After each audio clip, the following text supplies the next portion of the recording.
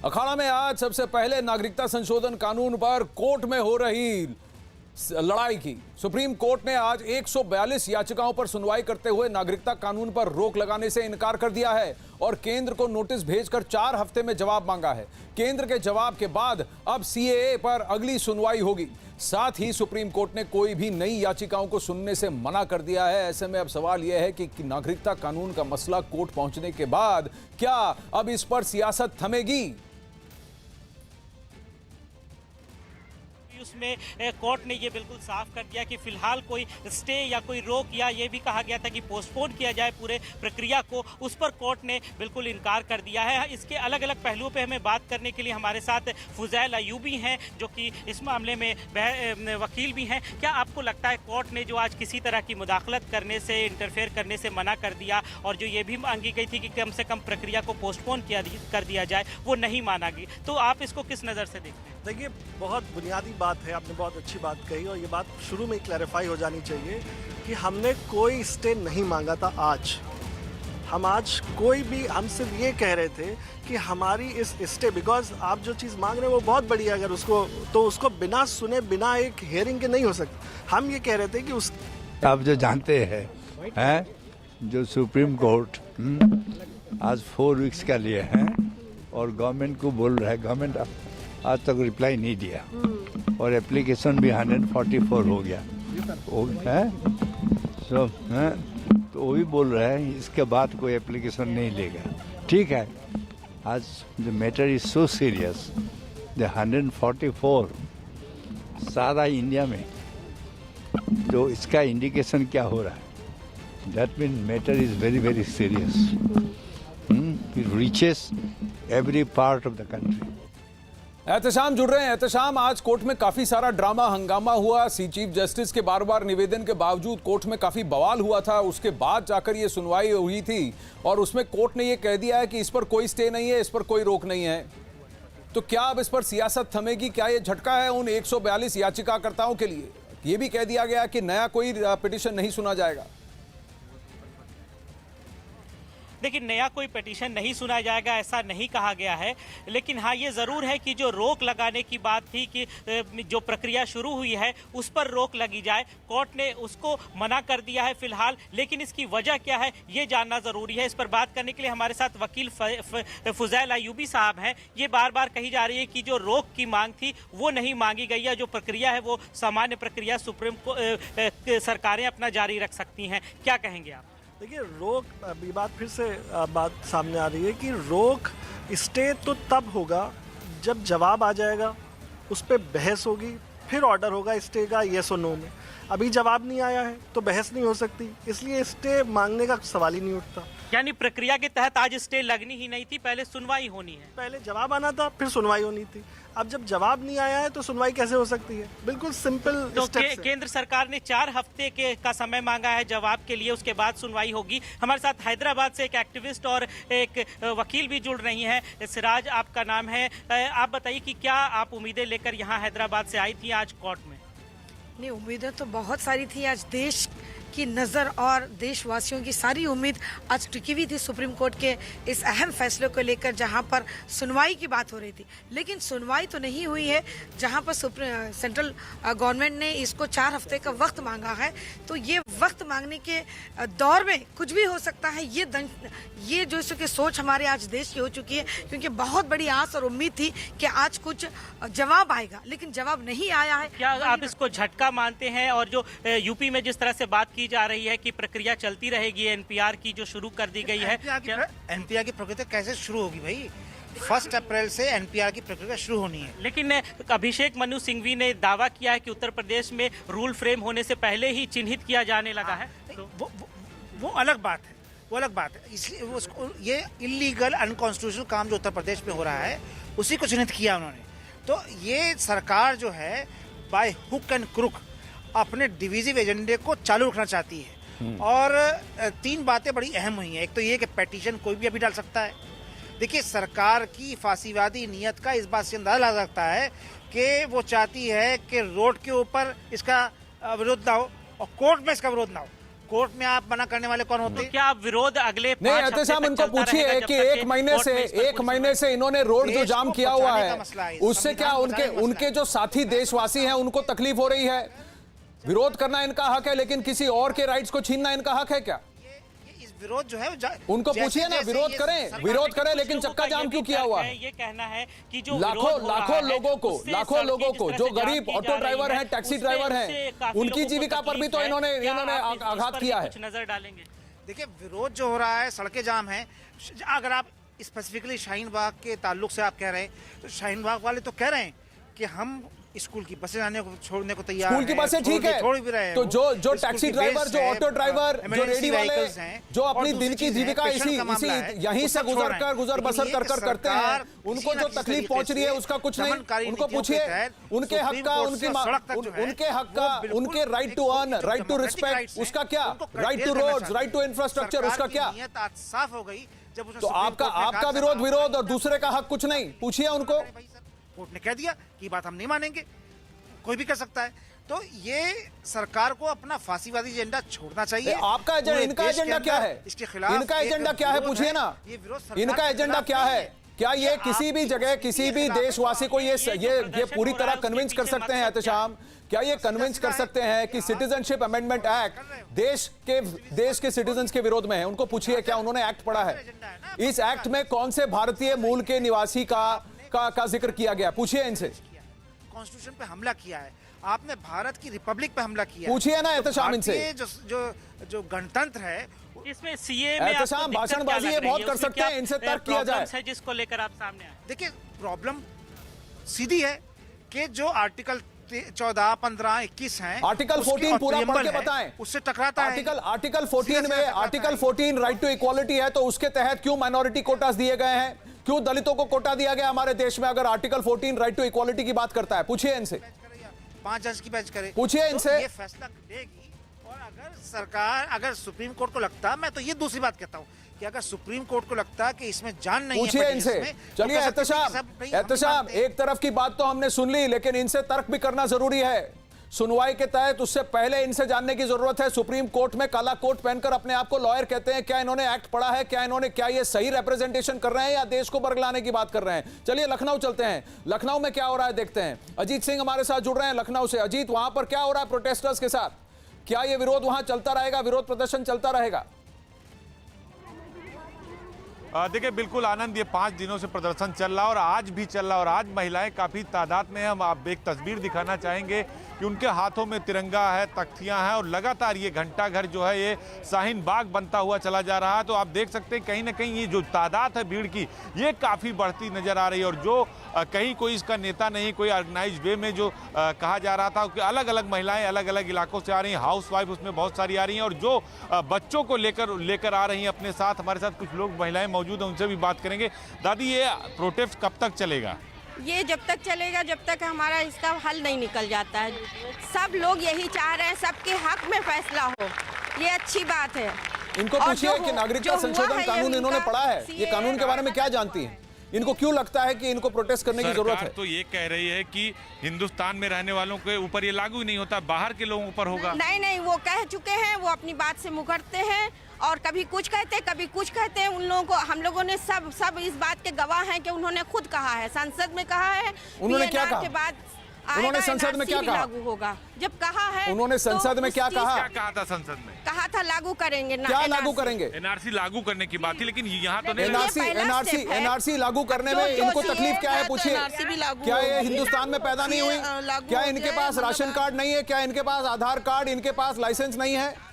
इनके घर में गैस कनेक्शन, बिजली कनेक्शन नहीं है? पूछिए इनसे। कार्ड होगा, लाइसेंस होगा, तो आप पर ये लागू नहीं होगा, जो बाहर के लोगों पर होगा। ऐसा कुछ नहीं है, ये गलत कह रही है, ऐसा कुछ नहीं है। उन्होंने कहा पूरे कागजात दिखाना पड़ेंगे आपको। तो आपके पास कागजात नहीं है? 1971 के कागजात आपके पास कागजात नहीं है? नहीं, 1971 के कागजात की बात किससे की वापस है? लेना चाहिए, 1971 के बस कागजात की बात हमारी किसने की है? कहाँ की है? पूछिए इनसे अजीत। हमारे मुल्क में 1971 के कागजात की बात किसने की? नहीं चाहिए नहीं मांगेगी तो सीए भी कह रहे थे नहीं। नहीं, कहाँ मांगेगी? NRC नहीं चाहिए, सीए नहीं चाहिए। सीए क्यों नहीं चाहिए? उनको पूछिए ना, सीए क्या है? पूछिए इनसे। अगला स्टेप इनको क्या पढ़ाकर यहाँ भेजा गया? पूछिए इनको, जरा देखे जनता की इनको क्या पढ़ाकर यहाँ भेजा गया है? किसी ने इनको क्या बताया? बताइए। कहते हैं कि बर्थ सर्टिफिकेट दिखाएं, बाप पर नहीं, ये बताइए- किसने कहा मांग ये? नहीं रहे, वो कह रहे हैं कि जो किसने कहा है? लागू हुआ तो हाँ ठीक, वो मांग नहीं रहे, उसके बाद जब वो नहीं होगा जिसके पास, उसके ऊपर किसके एक्शन पास तो क्या नहीं लेंगे। होगा? हमारा बस एक आप मुद्दा इस है, देश में पैदा हुई है कि नहीं हुई है, वापस पूछिए ले उनसे। लें बस।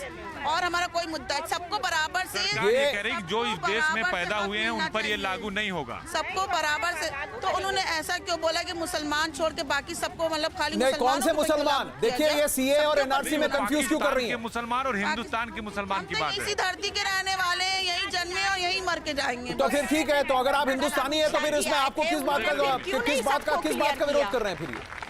देखिए आनंद, ये किसी बात को उस बात पर ये तैयार नहीं होती। इनका साफ तौर पर कहना है कि अभी उन्होंने सीए लागू किया, फिर एनआरसी लागू करेंगे और कागज की बात वो सुनती नहीं। उनका केवल एक लाइन का जवाब होता है कि इसे वापस लिया जाए, इस काले कानून को नहीं मांगेंगे। नहीं, इनकी जो कौन सा सबसे बड़ी काला विरोध की कानून बात है? इन्हें कि किसने इसमें सिखाया कि ये मुस्लिमों काला को शामिल कानून है? नहीं किया इन्होंने गया। खुद कानून क्यों नहीं पढ़ा? ये सारे सवाल है, लेकिन सबसे बड़ा सवाल, अमिताभ भी हमारे साथ है, अजीत मैं वापस आऊंगा। अमिताभ, सबसे बड़ा सवाल ये है कि सरकार की तरफ से इनके पास क्यों नहीं गए हैं कानून के डिटेल्स?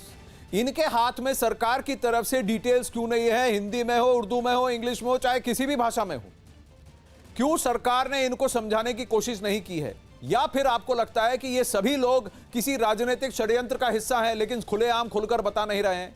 इनको तो सिखा पढ़ाकर भेजा गया है। सरकार ने कहीं कहा है कि हर नागरिक से 1971 से पहले के डिटेल्स मांगे जाएंगे। 1971 से पहले के डिटेल सिर्फ आसाम में लागू हुई एनआरसी, और वो भी सुप्रीम कोर्ट के आदेश के बेसिस पे था। आनंद, दो चीजें साफ है कि जिस तरह से राम मंदिर पर जब फैसला आने वाला था और सरकार, संघ ने और बीजेपी ने पूरे 1 महीने इसके लिए मेहनत की, तमाम लोगों से मिले, लोगों को समझाया बुझाया, फैसला जिसके पक्ष में आए, लेकिन सबको शांत रहना होगा, कोई हिंसा नहीं होनी चाहिए, तो वो चीजें। जी अमिताभ, बोलिए। आनंद, दो चीजें साफ है। पहला, राम मंदिर का फैसला आपको याद होगा, 1 महीने सरकार ने, संघ ने, बीजेपी ने मेहनत की और ये सबको बताया, तमाम पक्षों को और तमाम पहलुओं को साफ करते हुए बताया कि हिंसा नहीं होनी चाहिए, फैसला किसी के भी पक्ष में आए। और आपको याद होगा, फैसला ऐतिहासिक फैसला आया और कोई हिंसा नहीं हुई, कहीं से कोई भी उस तरह के बयान तक नहीं आए। सीए आया, सरकार ने बार बार कहा कि जो देश में रहते हैं 2014 तक जो भारत में रहे, उनके ऊपर कोई सवाल नहीं पूछा जाएगा, वो सब भारत के नागरिक हैं। वहां कांग्रेस ने समर्थन किया, वहां तमाम पार्टी ने समर्थन किया।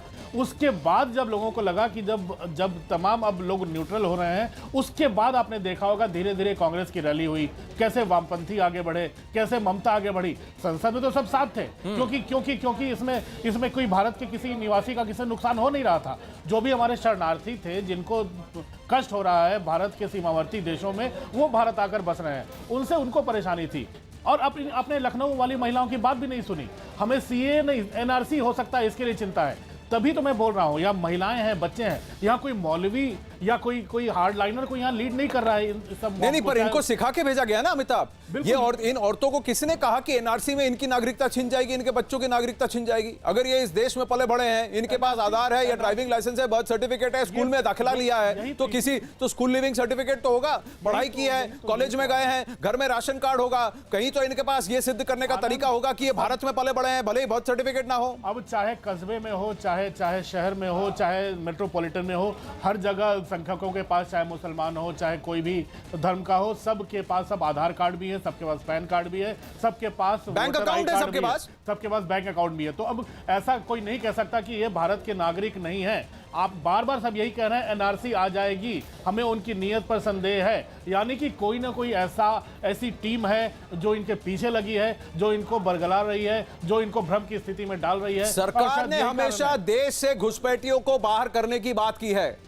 इन देशवासियों को यह जानने की जरूरत है, क्या देश में घुसपैठिया होना ठीक है? सीधी सी बात, क्या इनकी नौकरियों को, इनकी जमीनों को, इनके घरों को कोई घुसपैठिया आकर लेकर चला जाए, उसको उस पर एनक्रोचमेंट कर दे, क्या इनके लिए ठीक रहेगा? इस देश के अंदर क्या एक आंकलन होने की जरूरत नहीं है कि देश के नागरिक और भारतीय मूल के लोग कितने हैं और बाहरी कितने हैं? ये सवाल जो हैं, ये इनको क्यों नहीं समझाए गए हैं, या ये जानकर अनजान बन रहे हैं?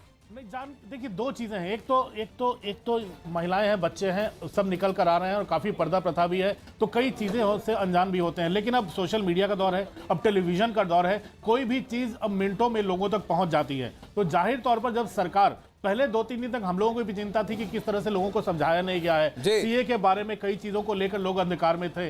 आप जहां भी जाए होंगे, अगर आप बाल भी कटवाने जा रहे होंगे आनंद, तो वहां भी ये पूछ रहा होगा आपका नाई, आपका जो बाल काटता है कि क्या होगा। तमाम जगहों पर ये सवाल उठ रहे थे।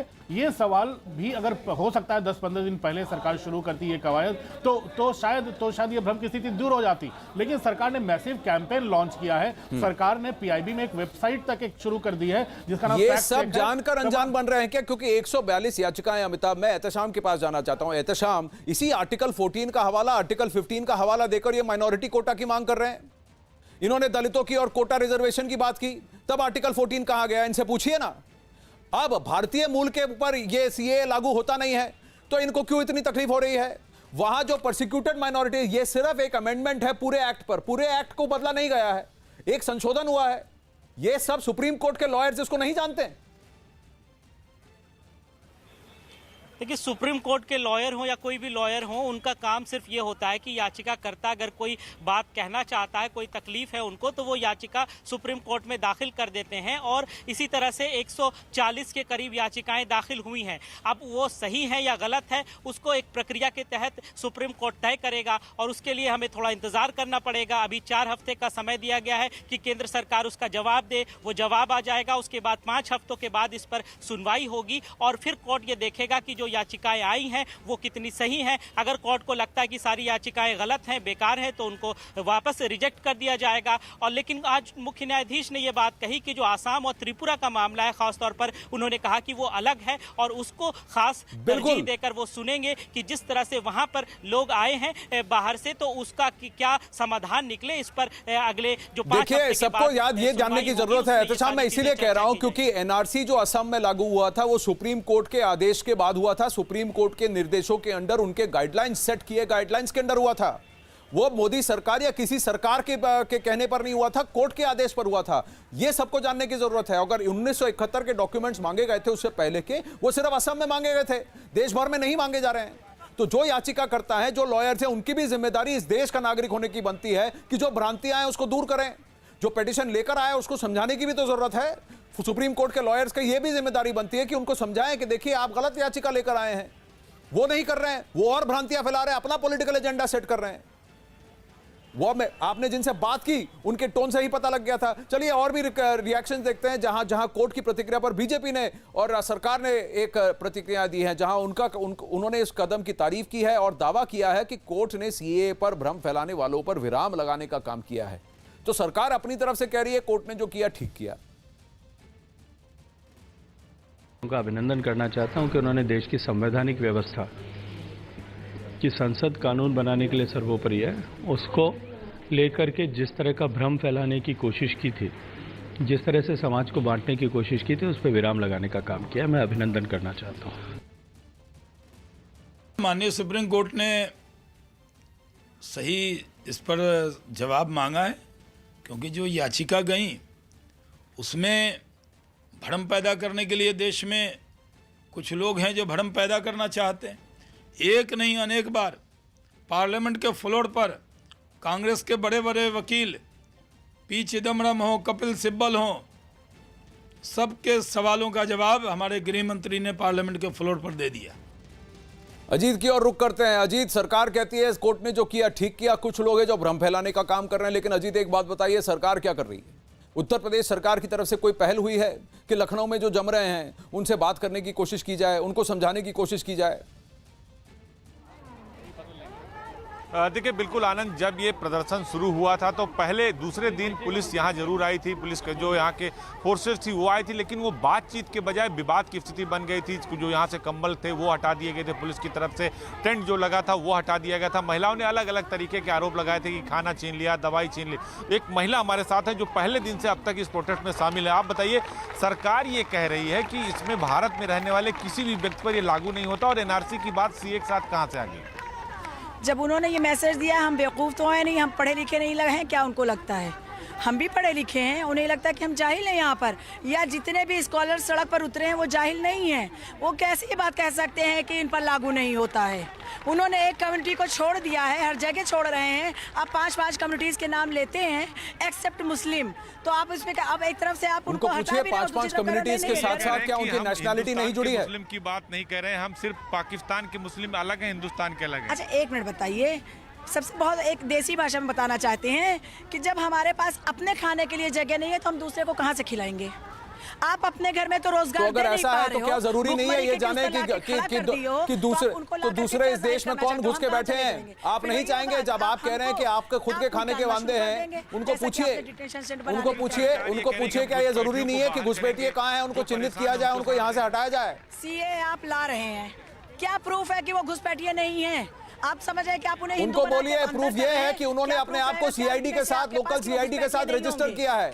वो 31 दिसंबर 2014 से पहले भारत आ चुके हैं। 31 दिसंबर 2014 के बाद किसी भी व्यक्ति को यहाँ पर नागरिकता इस संशोधन के अधिकृत नहीं दी जा रही। उनको पूछिए क्या ये जानती हैं? क्या है जिनकी रिपोर्ट है उनको बाहर किया जाएगा। जो हिंदुस्तान के मुस्लिम है या हिंदुस्तान के लोग, उन पर ये कानून लागू ही नहीं होता। नहीं, तो उनको ये पूछिए, जब अभी हमने उनको मुहर लगा के ईवीएम मशीन से उनको यहाँ पर पहुँचा दिया है, तब हम घुसपैठिए नहीं थे, तब उन्होंने इससे पहले क्यों इस चीज को नहीं लागू किया? उनको पूछिए सीएए का, उनको पूछिए ये कानून जो है संसद में 2015 में 15 में टेबल किया गया था।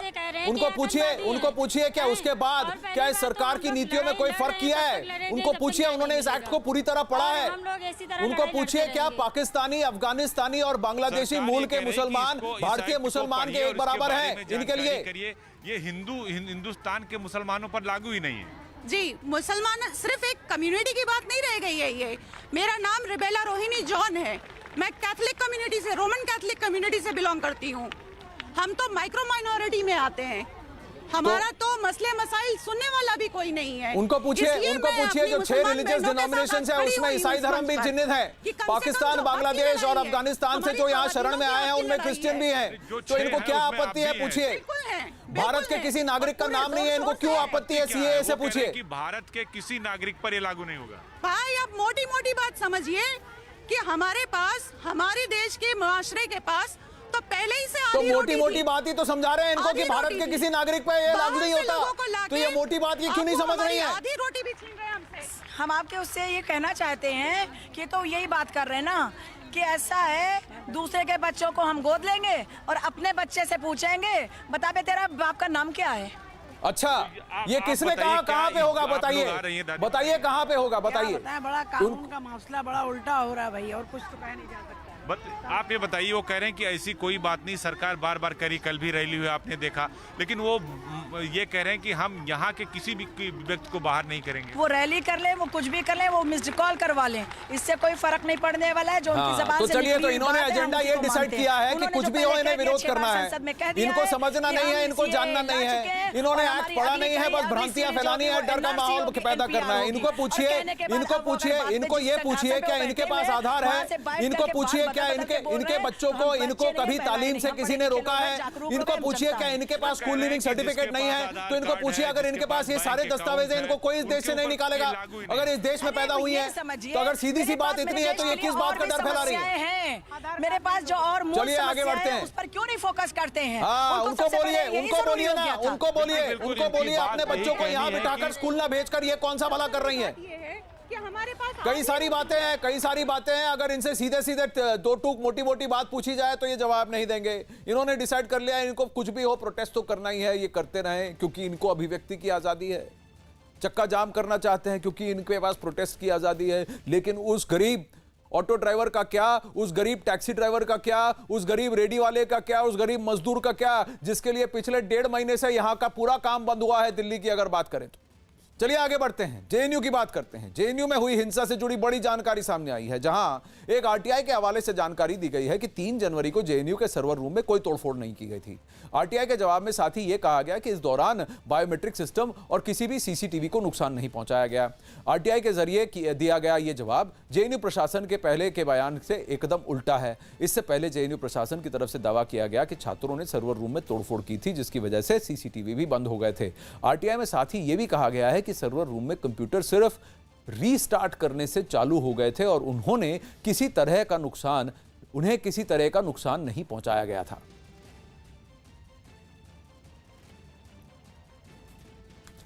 तो अभी आरटीआई एक्टिविस्ट सौरभ दास हमारे साथ हैं, एबीवीपी के मनीष जांगीड़ हमारे साथ हैं, जेएनयू छात्र संघ से अमृत राज भी हमारे साथ हैं। सबसे पहले मैं सौरभ दास से जानना चाहूंगा, सौरभ दास, आपने स्पेसिफिकली आरटीआई क्वेरी 3 जनवरी के लिए दी थी?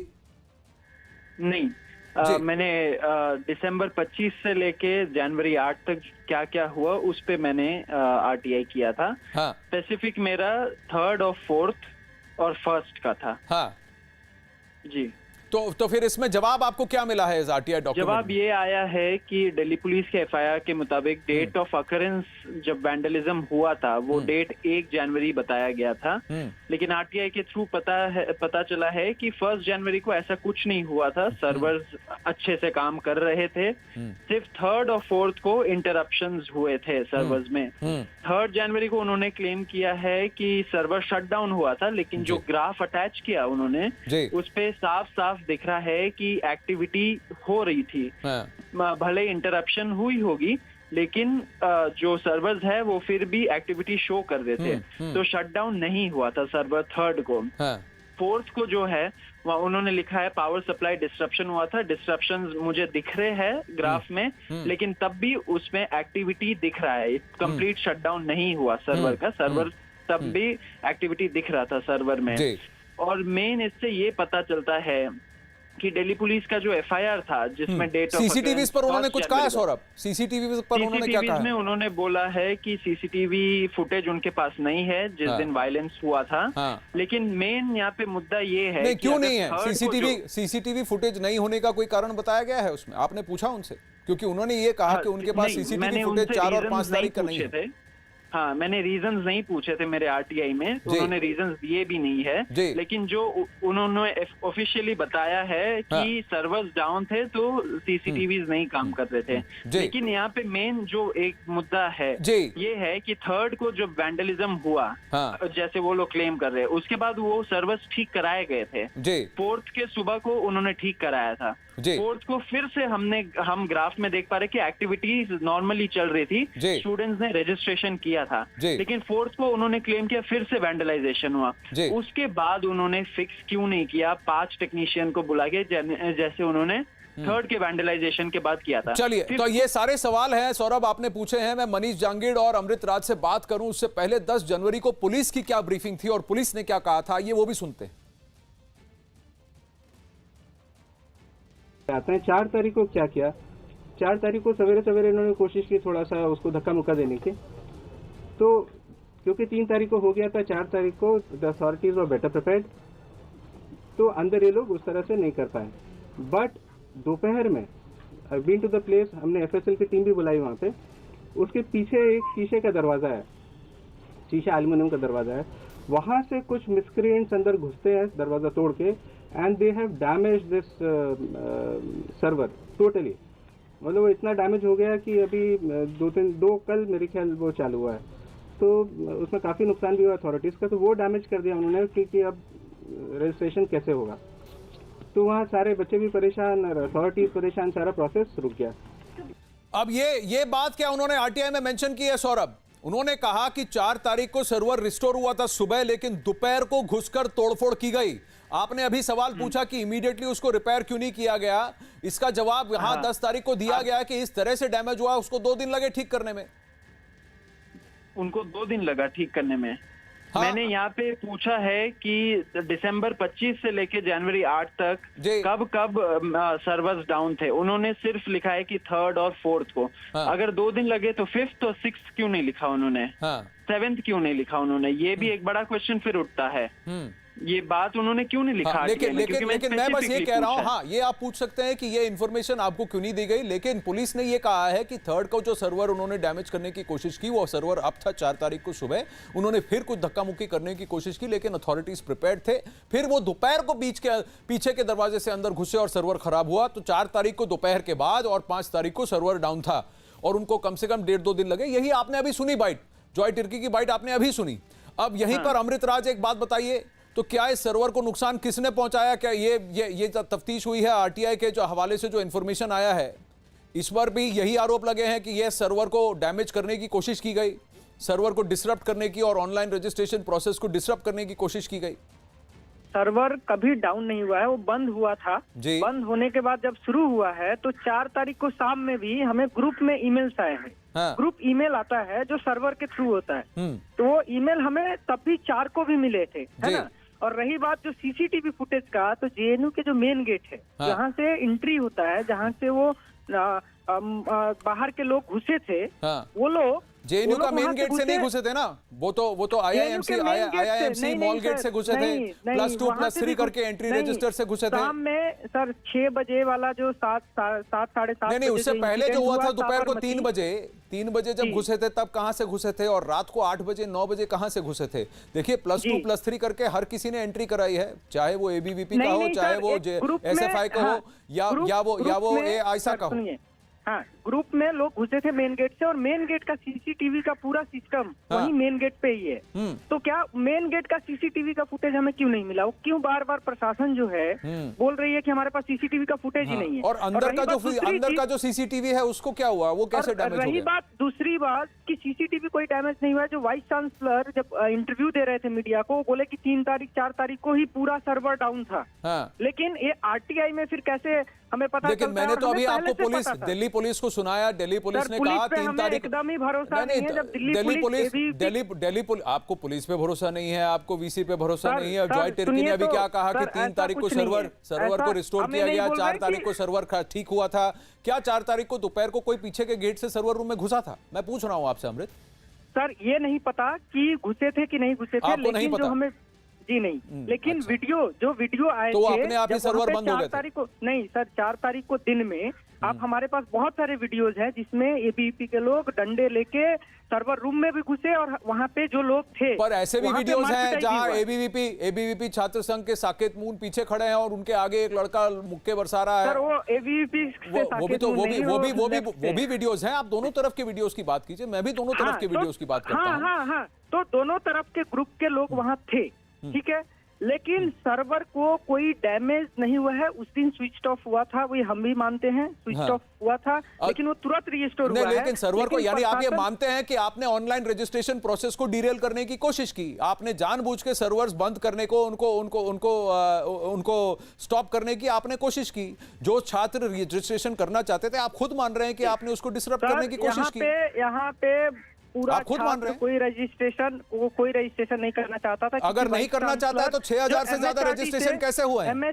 नहीं सुनिए, एमएचआरटी से जो डिस्कशन अगर रजिस्ट्रेशन नहीं करना चाहता था तो 6000 से ज्यादा रजिस्ट्रेशन कैसे हुए हैं, ये बताइए हमें। अभी हुआ है सर, अभी नहीं हुआ है। 3 और 4 तारीख को कोई रजिस्ट्रेशन नहीं, 3 और 4 तारीख को रजिस्ट्रेशन नहीं करना चाहता था कि करने नहीं दिया गया था, यही तो इन्वेस्टिगेशन के अंतर्गत है। अगर सर्वर रूम को बंद क्यों होना पड़ा, क्यों बंद हुआ सर्वर रूम, ये सवाल तो सही होना चाहिए ना। डैमेज हो नहीं हो, सर्वर रूम किसने बंद किया उसको, कौन घुसा अंदर, किसने किया इसको बंद, क्यों वापस उसे शुरू करने की जरूरत पड़ी? वो जांच का विषय है, जो भी बंद किया है, तो आपको देखिए, हम एकदम ही मानते हैं। बिल्कुल, लेकिन मैं बस वही पुलिस पे सवाल, पुलिस पे तो सवाल पूछना चाहिए कि अगर पुलिस ने अगर इंफॉर्मेशन गलत दी है तो पूछना जरूरी बनता है। लेकिन अगर छात्र संघ और छात्र संघ के लोग, जिनका इंटरेस्ट पूरे 8000 स्टूडेंट्स हैं, सिर्फ अपने 1000-1200 का जो ग्रुप है एसएफआई ऐसा का, वो नहीं, सारे छात्र संघ का पूरे सबकी रिस्पॉन्सिबिलिटी आपके सर पे आती है। और अगर आप वो रिस्पॉन्सिबिलिटी भूल गए तो आपसे भी सवाल पूछना बनता है। अमृत 1 मिनट मेरे साथ रुकिए। अमिताभ सिन्हा हमारे साथ है। अमिताभ, देखिए, अब ये आरटीआई जो सौरभ दास ने फाइल की है, उसमें जो डिटेल्स निकल कर आए हैं उससे कई सारे प्रश्न उठते हैं, क्योंकि वो कह रहे हैं कि उन्होंने 25 दिसंबर से 8 जनवरी तक की डिटेल्स मांगी, 3-4 को जो डिटेल्स हैं उसमें गैप्स हैं। अब इसका जवाब क्या सरकार देगी, इसका जवाब क्या दिल्ली पुलिस देगी, क्या वीसी देंगे? बिल्कुल जांच चल रही है। आरटीआई में जो जानकारी दी गई है वो काफ़ी पुख्ता जानकारियां होती हैं, आनंद से इनकार नहीं किया जा सकता, क्योंकि बहुत सोच समझकर ये पब्लिक रिकॉर्ड में जाने वाली जानकारियां होती हैं। इसलिए जेएनयू प्रशासन ने जानकारी बहुत सोच समझकर ही दी होगी, सारे फैक्ट्स की जांच करके ही दी होगी। अब जांच चल रही है आनंद, अब धीरे धीरे सब कुछ सामने आ रहा है, कौन था कौन नहीं था तो धीरे धीरे सामने आएगा। लेकिन सबसे पहला मसला था आनंद की जेएनयू का मसला सुलझे, छात्र वापस जाएं, जो भी दोषी छात्र हैं जरूर पकड़े जाएंगे। आज न कल जांच चल रही है दिल्ली पुलिस की, लेकिन सबसे बड़ी और खुशी की बात यह है कि अब कम से कम 80 से 85% छात्रों ने रजिस्ट्रेशन करवा लिया है, हॉस्टल की फीस जमा करवा दी है। तो ये जांच और आरोप प्रत्यारोप तो चलता रहेगा आनंद, लेकिन खुशी की बात यह है कि छात्र पढ़ना चाहते हैं, छात्र अपना सेमेस्टर देना चाहते हैं। बिल्कुल। सौरभ दास, अमृतराज, हमसे बात करने के लिए धन्यवाद। मुझे एक ब्रेक लेना पड़ेगा शो पर, इस पर और बात करेंगे और देखेंगे दिल्ली पुलिस से की तरफ से प्रतिक्रिया आती है कि नहीं, वीसी जवाब देते हैं कि नहीं, क्योंकि उन्होंने कई सारे आरोप लगाए थे। आप अब आरटीआई के बेसिस पर जो गैप्स हैं उस पर सवाल उठा रहे हैं, हम भी ये सवाल पूछ रहे हैं। सवाल हर किसी से पूछना चाहिए अगर तथ्य तक पहुंचना हो। अमिताभ सिन्हा, बहुत बहुत धन्यवाद, हमारे साथ रहिए, क्योंकि ब्रेक के बाद फिर से एक बड़ी खबर के साथ आपके साथ जुड़ेंगे यहां खड़ा। Welcome back. अखाड़ा में न्यूज 18 में सीएनबीसी आवाज के हवाले से बहुत बड़ी एक्सक्लूसिव न्यूज, और ये जनता जनार्दन के लिए है। आने वाले बजट में हो सकता है बहुत बड़ा ऐलान, खासकर इनकम टैक्स को लेकर। जी हां, बहुत ज्यादा रिलीफ की उम्मीद की जा सकती है। एक प्रपोजल ये कहा जा रहा है और सूत्रों के हवाले से हमें बताया गया है कि गवर्नमेंट, सरकार जो है 5% टैक्स, 7 लाख रुपए इनकम तक सिर्फ 5% टैक्स का स्लैब कर सकती है। पहले ये 5 लाख रुपए तक था, 5 लाख रुपए तक के इनकम ब्रैकेट का था, तो अब उसको बढ़ाकर 7 लाख रुपए कर दिया जाएगा। तो यानी अगर आपकी सालाना इनकम, सालाना आय 7 लाख रुपए से कम है तो फिर आपको केवल 5% टैक्स देना पड़ेगा। और फिर सबसे बड़ी बात, 7 लाख से 10 लाख का जो टैक्स ब्रैकेट है उसके लिए टैक्स की दर घटाकर सिर्फ 10% कर दी गई है। बहुत बड़ी रियायत ये देश के मिडिल क्लास, यानी देश के आम आदमी के लिए ये बहुत बड़ा ऐलान हो सकता है। जी हां, 7 लाख से 10 लाख रुपए तक के बीच में। लक्ष्मण हमारे साथ फोन पर हैं। लक्ष्मण, बहुत बड़ा ऐलान है ये। हाँ, वाकई अगर ये ऐलान हो जाता है 1 फरवरी को बजट में, तो काफी इनकम टैक्स पेयर्स के लिए बहुत बड़ी राहत कही जाएगी। क्योंकि अब क्या होता है आपको कि 5 लाख रुपए तक की जो आपकी आमदनी होती है, 2.5 लाख से 5 लाख तक, उस पर 5% टैक्स देना पड़ता है। लेकिन जो प्रस्ताव है जिस पर चर्चा चल रही है वो है कि सालाना 7 लाख रुपए तक की आमदनी वालों को सिर्फ 5% इनकम टैक्स लीजिए। 7 से 10 लाख रुपए तक की अगर आपकी आमदनी है तो 10% लीजिए। अभी बता दूं, 5 से 10 लाख तक की आमदनी वालों में 20% टैक्स लगता है। इसी तरह 10 से 20 लाख रुपए तक की आमदनी है आपकी तो 20% का टैक्स लीजिए, और 10 लाख रुपए से ज्यादा आमदनी पर अभी 30% लगता है। हाँ। और एक प्रस्ताव और है कि 20 लाख से 10 करोड़ रुपए तक की आपकी सालाना कमाई है तो 30% टैक्स लीजिए। ये एक जो प्रस्ताव है, अगर इस पर वाकई सहमति बन जाती है, बजट में ऐलान होता है, तो टैक्स पेयर्स के लिए जिनकी सालाना आमदनी 20 लाख रुपए तक है उनके लिए काफी बड़ी राहत। जी हाँ, अगर सालाना आमदनी 10 से 20 लाख रुपए के बीच में है तो 20%। अभी जो है आपकी जो आय, जो इनकम टैक्स की रेट है 10 लाख से ऊपर, तो अगर वो 30% हो जाती है, और आप ये कह रहे हैं कि 20 लाख से 10 करोड़ रुपए तक जो अभी कम से कम 36% टैक्स है उसको घटाकर 30% कर दिया जाएगा। बिल्कुल, इसको 30% किया जा सकता है। फिर उसके आगे का जो स्लैब होगा उस पर आपको जो है 35% टैक्स देने का प्रस्ताव है।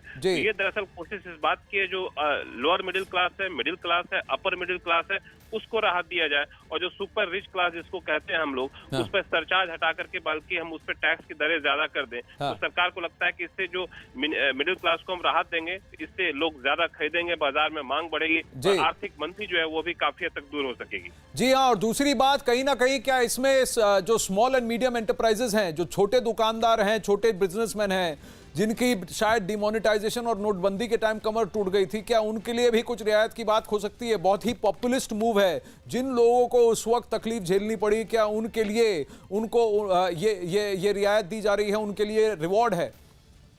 वाकई रिवॉर्ड के तौर पर कहा जा सकता है। ये तो रहा सिर्फ उनकी आमदनी के ऊपर टैक्स कितना लगाया जाए उस लिहाज से कहें, लेकिन इसके अलावा भी अलग अलग तरह की रियायतें देने का प्रस्ताव है। खासतौर से नोटबंदी से सबसे ज्यादा कमर टूटी थी आपको रियल एस्टेट सेक्टर के लिए, तो आप इस साल बजट में रियल एस्टेट सेक्टर के लिए बड़े राहत पैकेज का ऐलान आप देख सकते हैं। छोटे मझोले कारोबारियों के लिए भी सस्ते ब्याज दर पर उनको कर्ज मुहैया कराना, उनके लिए इंश्योरेंस की सुविधा मुहैया कराना, इस तरह के ऐलान आपको बजट में देखने को मिल सकता है। लक्ष्मण, बहुत बहुत धन्यवाद इस अपडेट के लिए। अब ये खबर जो है सूत्रों के हवाले से, देखते हैं 1 तारीख को जब ये बजट का ऐलान होता है तो क्या ये स्लैब्स आते हैं कि नहीं। उस वक्त अखाड़ा और न्यूज़ 18 को जरूर याद कीजिएगा। नमस्कार।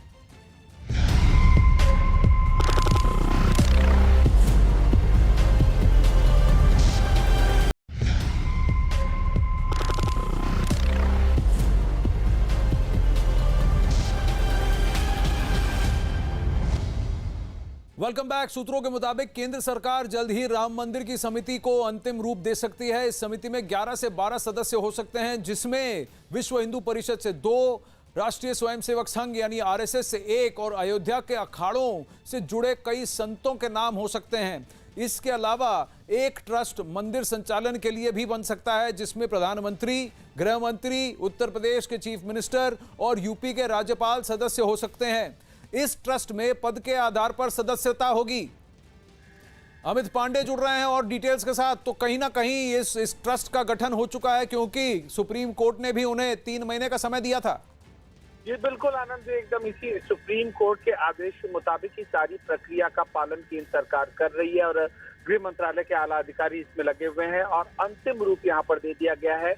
इसमें 3 से 4 चीजें आनंद प्रमुख होगी। जो ट्रस्ट के सदस्यों की संख्या होगी वो होगी 11 से 15 के बीच में होगी और वो सब लोग होंगे यहाँ पर जो जिनकी आस्था यहाँ पर भगवान राम में है, जो भगवान को मानते हैं। और तीसरा कि तयशुदा डेडलाइन में 9 फरवरी से पहले इस पूरी प्रक्रिया को पूरा करना होगा और तमाम नुमाइंदे होंगे, अखाड़ों से लोग होंगे, यहाँ पर संस्थान से होंगे लोग और एक व्यापक स्तर पर इसकी पूरी कार्रवाई की जाएगी। अमित, बहुत बहुत धन्यवाद इस अपडेट के लिए। आगे बढ़े उससे पहले अमिताभ सिन्हा हमारे साथ है। अमिताभ, एक बहुत बड़ी बात यह है कि सुब्रमण्यम स्वामी ने मेरे साथ कुछ दिन पहले बातचीत करते हुए कहा था कि 2 अप्रैल तक शिलान्यास की बात भी उन्होंने छेड़ दी थी। कहा था कि सारी बातें जो है तयशुदा तरीके से की जाएंगी। चलिए आगे बढ़ते हैं।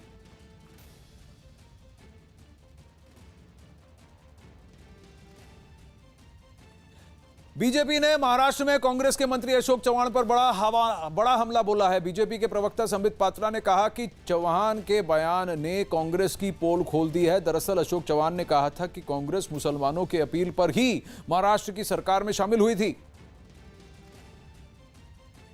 विरोध आपत्ति दर्ज कराना चाहते हैं, ये आपका लोकतांत्रिक अधिकार है, किंतु उस अधिकार का फायदा उठाते हुए किसी भी धर्म या जाति विशेष के ऊपर इस प्रकार की आपत्तिजनक टिप्पणी करना कि हम आपसे पूछ के सरकार नहीं बनाते हैं, हम केवल मुसलमानों से पूछ के सरकार बनाते हैं।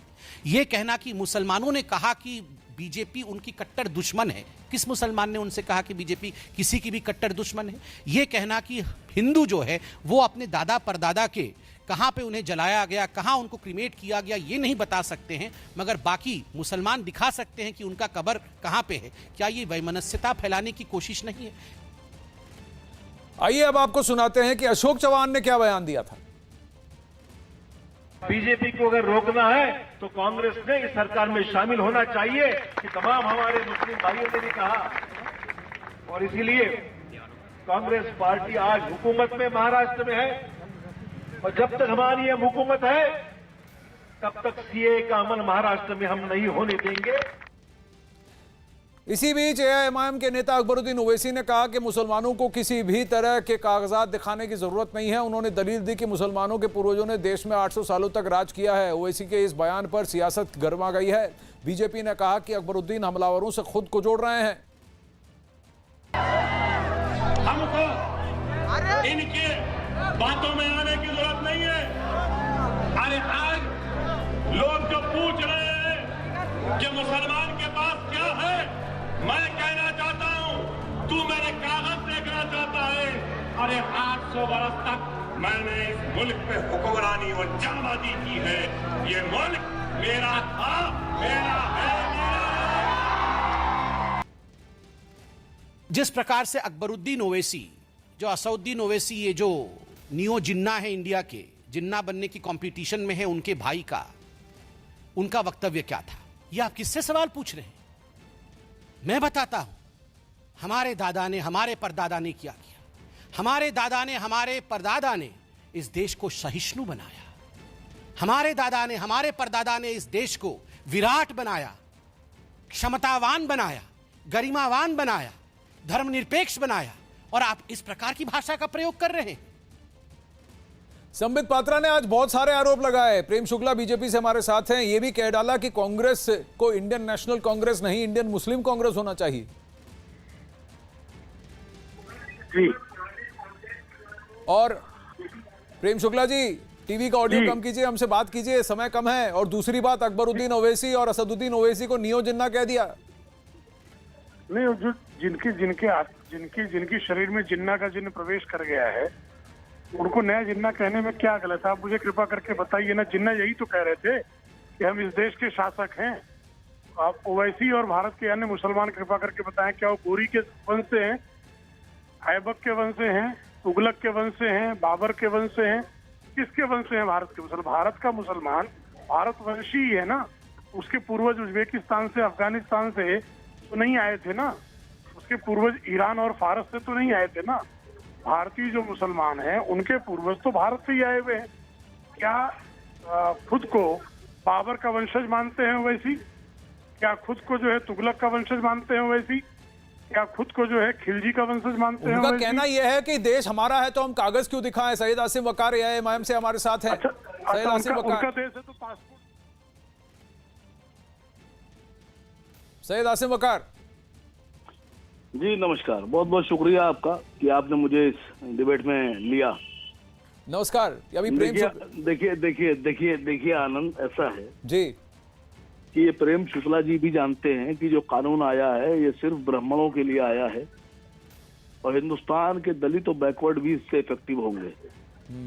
और करोड़ों हिंदू ऐसे होंगे जो NRC में अपने को प्रूफ नहीं कर पाएंगे, तो उसके बाद अगर उनको भारत की नागरिकता चाहिए होगी तो उनको लिख के देना पड़ेगा कि वो पाकिस्तानी है या बांग्लादेशी है या अफगानिस्तानी है। अब ये इस बात को छुपा रहे हैं। इनसे मैं पूछ रहा हूँ कि कल को। पर एक बात बताऊं सैयद साहब, आप विपक्ष या बीजेपी पर जो भी आक्षेप करना चाहें कीजिए, लेकिन मैं इतना आपसे कहूंगा आसिम वकार जी कि जो 70% से ज्यादा जितने लोग लाभार्थी हैं ना नागरिकता संशोधन कानून के, वो या तो दलित हैं या आदिवासी हैं। आप बंगाल में देखिए मटुआ हैं या फिर नाम शूद्र हैं, और इधर से पाकिस्तान अफगानिस्तान से आए हैं वो भील हैं या फिर शेड्यूल कास्ट हैं। तो यहाँ पर ब्राह्मणों को कहाँ फायदा हुआ? और ब्राह्मण तो इस देश में बचकर 4% रह गए। उनके खिलाफ क्या मोर्चा खोल के बैठे हैं आप बताइए। सर, झारखंड में बहुत बड़ी संख्या में आदिवासी ऐसे हैं जिनके पास पेपर नहीं है। आदिवासियों को तो इसमें गिना ही नहीं जा रहा है। जमीनों पे खेती कर रहे हैं, किसानी कर रहे हैं। नहीं, बहुत बड़ी संख्या उसका जवाब प्रेम शुक्ला जी दें। मैं तो, आप तो NRC की बात कर रहे हैं, मैं CAA की बात कर रहा हूँ, नागरिकता संशोधन कानून की बात। नरसिंहन जी कृपा करके से पूछे किस आदिवासी के पास कागज नहीं है? हाँ। वनवासियों की जमीन का हस्तांतरण इस देश में नहीं हो सकता है, क्योंकि वनवासियों के पास वनवासी होने के दस्तावेज होते हैं।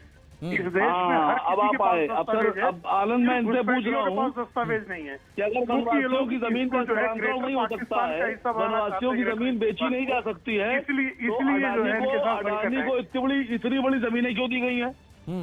अडानी को कौन सी जमीन इल्लीगली दी गई है? अब तो आप विषय से भटक रहे हैं आसिम वकार साहब। आप विषय से भटक रहे हैं। आपने कहा कि वनवासियों को, वनवासी कहाँ से कागज दिखाएंगे, उसका जवाब दिया गया तो आप किसी और कहीं और चले गए।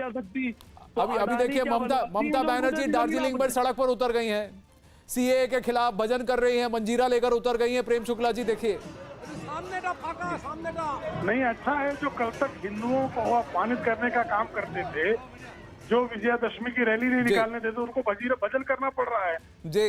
ये भजन कीर्तन करने पर उनको हिंदुत्व की जड़ों की तरफ जाने की प्रेरणा प्राप्त हो रही है। मेरे पास समय कम है, इस बहस को आगे जरूर बढ़ाएंगे। आसिम वकार और प्रेम शुक्ला जी धन्यवाद। अखाड़ा में आज बस इतना ही। नमस्कार।